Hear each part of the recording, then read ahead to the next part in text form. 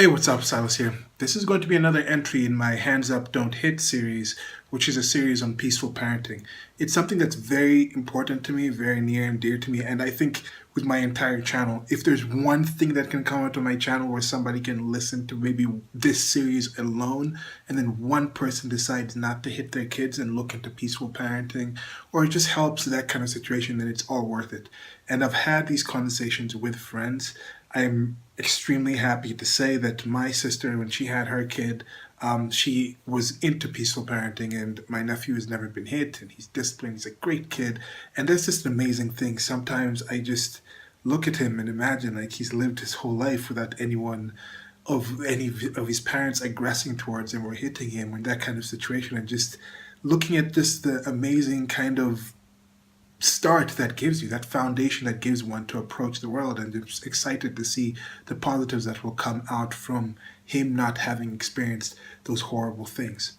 So, with the post today, I'm going to be talking about this video I saw in Breitbart. And if you've seen a lot of my content, of course, if you are on the progressive left, you'll look at my stuff like that's an alt-right person or something, but it leans more to the conservative, to the right kind of side, to the individualist side. And when it comes to politically in the United States of America, people on the political right, there's kind of two main things I have like big disagreements with people on there: the religiosity and child abuse. The level people on the right actually hit their kids. Now, I've talked about how child abuse is also neglect and things like that, and also kind of just taking people away from reality. And also the religiosity, that's also an addition of that, indoctrinating them, telling them you believe something to be true when you can't actually hold that as an actual truth claim. Now you have things on the left where someone's like, oh, you just believe you're a woman, you're a female, you're a girl, and you actually biology, yeah, you can do whatever, take these pills, go take this therapy and change yourself into. No, that kind of thing, of that fake kind of world, saying, oh, there's climate change, it's destroying the world's not going to be here anymore, humans are destroying it.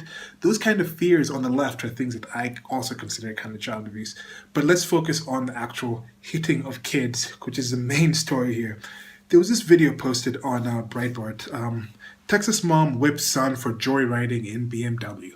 And the second I saw this, I was just like, okay, this comment section is going to be a mess. So I checked the comment section, and as expected, it was a mess. And one of the things that is really hard for me to just let go and just like, okay, I'm not going to do anything about this, is actually these situations. I always feel the need to actually go in and just say something. As I mentioned, if one person can read it and then be like, okay, I'm going to change, or it helps to be, it doesn't even have to be the main situation. And I'll explain later on why I don't think it's often going to be I am the main person switching somebody across that, but it's those straws. You're adding those straws until there's that one straw that breaks the camel's back. And I am more than willing to throw as many straws onto that camel's back as possible. So hopefully sometime in the future, that one straw can come there and break that back and end some kid getting hit. Okay, so here we go is what I wrote with the actual post. The gist of the story is this person, I think he was 14 around there. He was at home, his mom was at work, and he'd got some situation where he turned off the internet, and then he got in the mom's BMW and he started joyriding with a friend of his, and the friend's mom called his mom, and then his mom called his older sister and said, okay, I'm coming back, we're going to go find this kid. And then she told her to bring a belt, because now the sister is the one who's filming this in the car where the mom is. The mom is on the phone talking to the friends. Then they actually pull up on the BMW, pulls up to the side window, yells from the car, pull over! And then the guy pulls over, the kid pulls over, the mom gets out of the car, asks the sister, can I have that belt? The sister gives him the belt, and then he goes out. And then she opens the door, and the kid apparently was smirking or whatever, and then she starts hitting him from the door. And of course people are like, yes, this is what we need to do. This is why the world is all messed up, because people aren't doing this.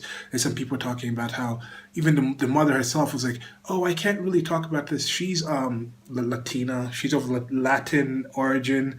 I think she might be American. It seems like they actually are American citizens, but they're from south of the border. Ethnically wise, I think they're Latin. Latin or Latino, because we had this back and forth thing when you're talking about a female person of that origin, do you automatically say Latina? She's Latino, or can you just say she's Latino, as in they're Latino? Like you say if it's a group of people, or it's a group of Latinos. You don't say that's a group of Latinos and Latinas. You just say Latinos as the group because it's kind of the group thing. But anyway, that's just a little by the side. So she was talking about how she's trying to keep her name not as known because this is something people in Texas and South America kind of understand as a way of parenting. And I'm like, yeah, they don't parent well. That's what you're trying to say? I mean, if it's an actual thing where you can actually explain, just explain it. Why do you need to hide it? So with this article, I actually shared it on my own personal social media and had a back and forth conversation with a friend over it and shared this playlist with them. And that's part of why I have this playlist, so I can just kind of refer people to things once I've engaged them in it. But I'll actually focus on the actual comment I had on the actual story of this Breitbart story with somebody, and then I had a back and forth. Two people decided to engage me under what I said. So I'm just going to read what they said, and what I said and what they said. So I posted there, I was like, child abuse is horrible. I doubt this is the first time she's done that, which plays a part in this behavior. That's just me stating, like, the fact that this kid is behaving this way comes from somewhere. A 14-year-old doesn't just decide to just go out and joyride in the parent's car. That's just not regular 14-year-old behavior, unless you have some kind of lack of connection. I think there's some kind of dynamic in that relationship between the parents and the kid. And later on, I found out, I'm going to say this because this might come into some of what I'm saying here, but later on I found out like the mom actually runs a business, the father works with them, so it's not a single mother situation. The sister herself is older, has a kid of her own. I don't know about the sister's married situation, but yeah, that's just, so there's the entire family there. So I'm also wondering, what is the father's part in this whole discipline situation? Do they hit? And there was a separate video after, which was the older sister and the young man, the 14-year-old boy here. They had a video kind of reporting on what she posted, this video on her Twitter, on her social media, talking about the situation, saying, oh, he's been grounded, he's had computer access and things like that taken away, or video game access taken away until December or January or something. Oh, he's here, he's not like deathly in pain or anything. They talked about how their parents had been hit as kids, so they decided to raise their parents that way. And that's the whole like kind of excusing things that people do, which I do understand. Abuse begets abuse. That's kind of part of the process. That's not a defense. That's actually showing the explanation how, yes, it happened to them, so they somehow think it's what they can do to their kids. Doesn't make it correct. But anyway, so as I said, that's what I thought. This is some material I found out after having this back and forth with people. So as I said, I wrote child abuse is horrible. I doubt this is the first time that she's done that, as in hit him, which plays a part in this behavior.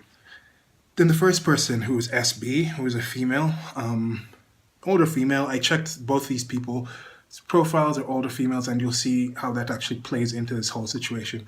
Okay, she answers to me. She says, Silas, and I bet that boy will never end up in jail either. My answer to that was, nope. Most people in jail were abused as children. This isn't discipline. This is abuse. I don't know if you would accept such to be done in a workplace. You may be okay with anyone doing it to your kids. You may be okay with anyone doing it to your kids if it's simply discipline and guidance.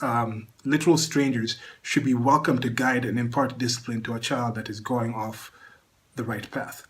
So this one I'm just kind of stating, like, if it's just simply discipline, then why can't just random people doing it? Why shouldn't the police be able to just pull your kid over and then hit your kid and and send them back home so you can ground them? If it's simply just discipline, just guidance, then anybody should be doing it. Why would you be against a stranger, other people, your cousins, your uncles, your aunts, your grandparents, helping discipline your kids if it's just some positive guidance? Because people realize it's not positive guidance.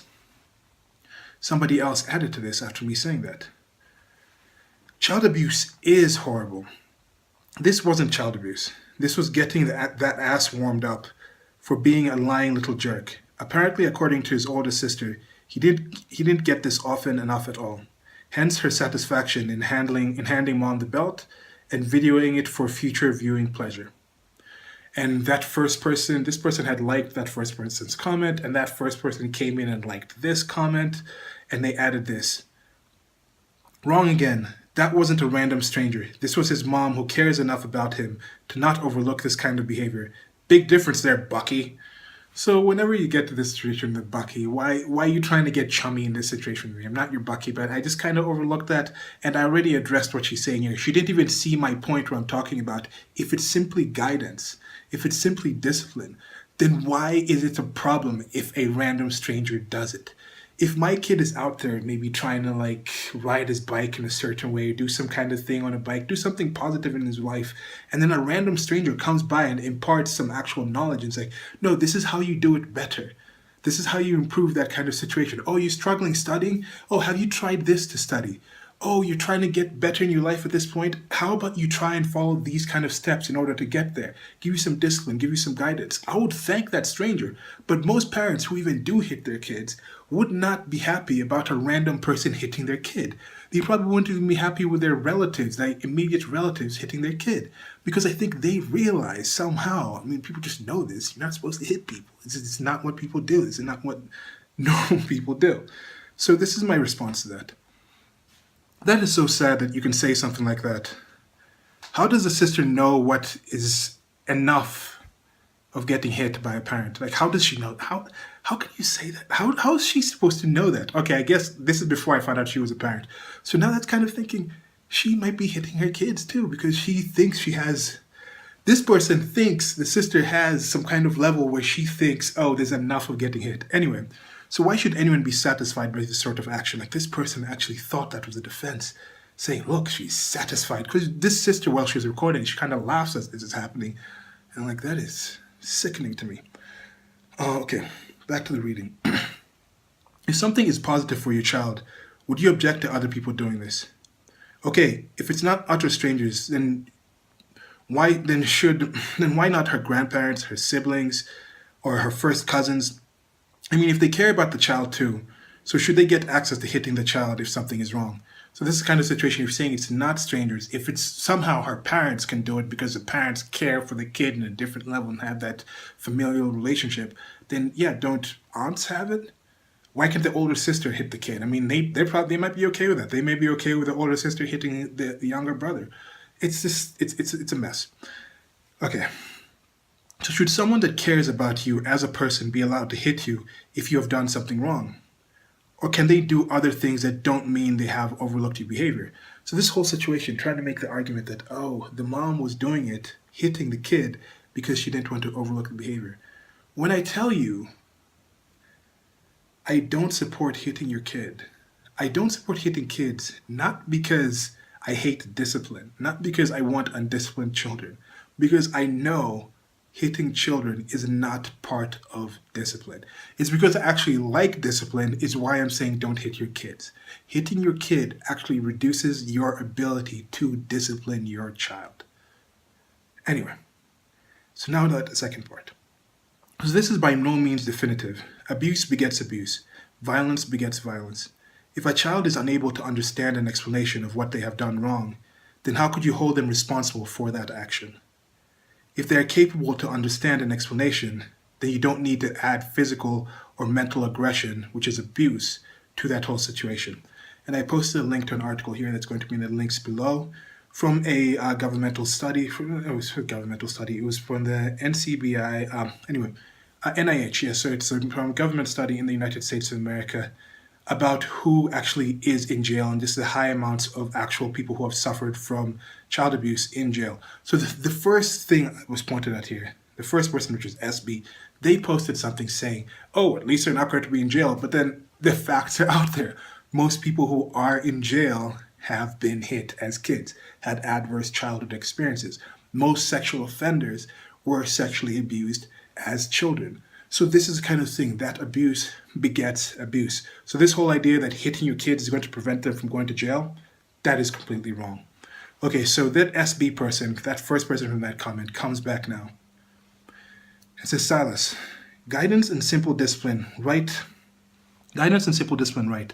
That's why we have young people now, and that's why we have young people now, and after wearing masks over their heads, beating up people, teenagers that walk around the mall and have no respect for anybody and thinks we owe them something. Yeah, no thank you. Mine were raised with a belt and switch in my hand, like I was. I never went to jail. None of my kids went to jail. In fact, two of my children served in the military, and both now, or sorry, this is just the way it's written. Both now have a decent paying job. My younger one is married with 5 children with college degrees and raise her children with the same way, and we take no sass. And my kids and my grandkids do say yes ma'am and no ma'am and yes sir and no sir. So it's a bunch of mess. So let me just get into what I responded here. Okay. SB, again, she did not address what I talked about, what I posted. Anyway. Okay, so SB, what do you define as abuse? Not in any context, but what is it to be abusive? And I wrote, respect does not equal fear. There's a difference between those two things. Fear and respect is not the same thing. Hitting your kids imparts fear, does not impart respect. But anyway, so I must make clear that just because someone runs 2 or 3 days a week, I would not define them as a marathoner. Having been hit or having hit does not define someone as a victim or an abuser. But still, when the person was running, they were a runner. And when hitting or being hit, you are abusing and being abused. People deal with experiences in different ways. Glad you are pleased with how it turned out, but still no reason to correlate that behavior with abuse, the positive things she was talking about. I know successful people who are not hit as children. Hitting is not part of discipline. But in no way, shape, and form do I suggest parents do not do the valuable job of imparting discipline. In fact, I am very much against hitting for the very fact that it does not aid in discipline. So I too was hit as a child. My parents were brutalized in comparison to what I went through. If I get the honor and blessing of being a parent, that practice will end with me. And I wrote here that it's already ended with my sister, and my nephew is doing fantastic and is disciplined without having been hit. And I also called attention here that I posted something that goes counter to your assertions that hitting may prevent jailable offenses. So that's just something I just wanted to talk to you guys about. And just this back and forth. And you can see the things, this is the kind of key thing that I'm kind of using now with the whole situation. And I said, most problems in the world exist not because of what X is, but because of how we define X. So people are thinking correctly, as a parent, I should discipline my kids. I should impart discipline to them. I should make them part of a responsible part of society. And they think part of disciplining involves hitting because they're defining hitting as disciplining. Yet it's not. So one of the key things I'm going to start doing now is just pointing out and saying, look, how do you define abuse? Because if somebody can define that, then you can break down from there, what are they saying? Why is spanking, which they normally say spanking, they don't want to say hitting because they kind of try to lessen it down. Because if you just say hitting, people just know, okay, it's hard to defend hitting as not abusive. But spanking, oh, that's different. So just ask them, if you're in this situation, just ask them, can you define abuse out of any context? Not sexual abuse, not mental abuse, not abuse of power, just what is the definition you have of abuse? Now, if you can define that and then find a way for a parent physically aggressing on their child with physical actions, a hand, a belt, an implement, any kind of thing, holding them, imprisoning them in a certain location and things like that, if you can have a definition of abuse that does not include that action, then that's something different. I think that I couldn't find one. I really couldn't find one. And that's why I can't consider hitting kids to be part of a disciplinary process. So I think I'm going to end that here. And as I mentioned, I probably will make another video with another conversation I had with a friend of mine. And this is kind of a situation where I'm trying to think of better ways to talk to people about this. Because like I said, in this situation, part of why I said I don't think I'm going to be the one to kind of break the straw on some people's backs, because in these kind of situations, you can see with this SB person, she comes from a long line of this happening. her parents did it. She's old enough to have kids who have kids, and she hit her kids, so she kind of has to kind of rationalize that, hey, I hit my kids and I've thought about this. And then what good is it right now for her to actually come around to it and realize that she's not really going, is she really going to realize that from some random posting on some social media thing and having a back and forth with them? But it ended here. They never actually came back and addressed anything that I said in these posts, because I tried to give evidence. I just asked them questions to try to define what they define as it. I'm not imposing things on it. I'm just saying this is the definition of the term abuse. This is the action that has gone by. How is this action not fitting in this definition? And they can't do that. If they bring out some stats and say, oh no, it's part of helping kids, it prevents this. Oh, it prevents jail. No, look, these are the people in jail. Most of them were abused. So if we can understand what abuse is, but it's not something that can be argued for. We're beyond that. It's a different time. So this is something with the strangers. Now, I'm thinking the next video in this series, I'll go over what happened on my personal social media, because that one was with friends and there's a little different interaction. Had some more help because I've kind of gotten in a situation where I've been talking about this. It's a big thing for me. If it comes up, I talk about it. I do a couple of posts on this, and I have been thankful enough, blessed enough to have other people come around who agree with me on this kind of thing, and some of them kind of helped in and chimed in and kind of gave some 2 cents to some other friends who posted in, and we had a back and forth, and that was more of a cordial relationship. So that might show that cordial conversation, and that might show a way that some of you who have been considering having these conversations with people may kind of see a different kind of way you can do it amongst friends or amongst people who there's not much of a chance of them being so antagonistic or just completely writing you off as just like some random stranger. So yeah, that's it for this video. Like, share, and subscribe. Links below to the merchandise store. And I have a hands up, don't hit kind of merchandise. I think I need to think of some more shirts and things like that to do. But those are the shirts and the merchandise that was going on the screen as I was talking. But thanks for listening. If you're peaceful with parenting, please let me know about your experiences with that in the comment section. Let me know when you found out about peaceful parenting, when you just peacefully parented, and then that kind of what went into your kids. Or did you get in a situation where you switched? I know for some people, they started parenting in ways that included hitting kids, spanking, and things like that. Then they found out later and like, oh, and it's never too late, I think, to change. Even if your kids are up and grown and then you realize that, oh, wow, this is a situation, you can go back and be like, wow, I didn't know that was what was supposed to happen. It's like a simple thing. Like most people don't know you're not supposed to feed your kid anything but like breast milk until they're like 6 weeks or something. At least 6 weeks. It was 6 weeks or like 6 months or something. 6 weeks. I think it was 6 weeks just breast milk, not even water. They're supposed to drink water. How many people don't know that? I mean, I think most people like it's water. Water is not going to hurt the kid. And they give the kids water, and then you find out later, and then you just change. It's not like you've like harmed the relationship forever. You had a situation, you thought something was right, you found out it was wrong. Even if you're older, you can go back and be like, hey, kids, I know this happened. I'm sorry, I wish I had done something different. Can we talk about it or whatever. It's not a bad thing. I think whenever you find out, you can switch around. But let me know your experiences with peaceful parenting, if you've heard about it before, if you've talked about it before, if you're a peaceful parent, if you've talked to friends about it before, if there are also other sources that you think are positive for people to go to for peaceful parenting. I have a few groups on social media I follow, and I've read a few books, and I have some few sources. It comes to the non-aggression principle.